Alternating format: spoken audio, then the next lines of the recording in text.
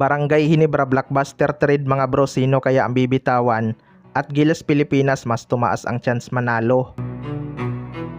So magandang balita nga para sa mga Gilas fans dahil nadagdagan na naman ang frontcourt ng Gilas Pilipinas matapos payagan ng FIBA na gawing local si Mike Phillips. 6'8 nga ang height nito mga bro at sobrang sipag din sa painted area. Hindi nga lang ito nakakalaro noon sa mga tournament na sakop ng FIBA dahil sa kanyang eligibility. Pero ngayon nga ay local na siya sa FIBA. Kaya lang hindi pa nga siya maisasama sa second window dahil ilang araw na lang ang kanilang laro. Mas tumaas din ang chance ng Gilas manalo sa mga tournament dahil sa kanyang addition.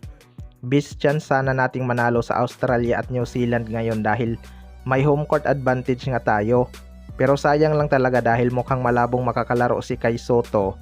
Maliban na lang kung magbago ang isip ng kanyang kampo at biglang dumating sa team practice. Pumapayag naman daw kasi ang kanyang mother team sa Japan na maglaro sa Gilas si Kai. Kaya lang kampo nga ni Kai Sotto mismo ang umayaw. May chance pa rin naman ang Gilas mga bro dahil nandyan naman si QMB na makakatulong sa rebounding at depensa.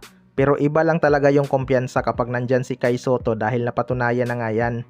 Tinalo nga ang Latvia at New Zealand. At muntik din matalo ang Georgia kung hindi lang na-injured si Kai Sotto. 'Di ba? Kaya sana biglang magbago ang kanilang desisyon at maglaro ngayong window. Sa kabilang banda naman mga bro, Barangay Hinebra blockbuster trade, sino kaya ang bibitawan? Nakadalawang trade na nga ang Converge mga bro upang palakasin ang kanilang lineup. Matatandaan noong Philippine Cup muntik na nga nilang masilat ang Barangay Hinebra. Kung hindi lang nagkamali si Alex Stockton. Itong Converge nga ang posibleng magpapahirap sa mga contender na team lalo na kapag nakapaglaro na si Mikey Williams. Alam naman natin ang kalidad ng player na yan. Kung hindi lang lumaki agad ang kanyang ulo baka mas marami pa tong nakuhang award sa liga. Ang isa naman sa inaabangang mag-rebuild na Barangay Hinebra mga bro ay wala pang ang galaw. Nakafocus pa kasi si Coach Tim Con sa ating national team na Gilas Pilipinas. Pero ayon nga sa source mga bro, may gagawing blockbuster trade daw ang Barangay Hinebra bago magsimula ang Commissioner's Cup.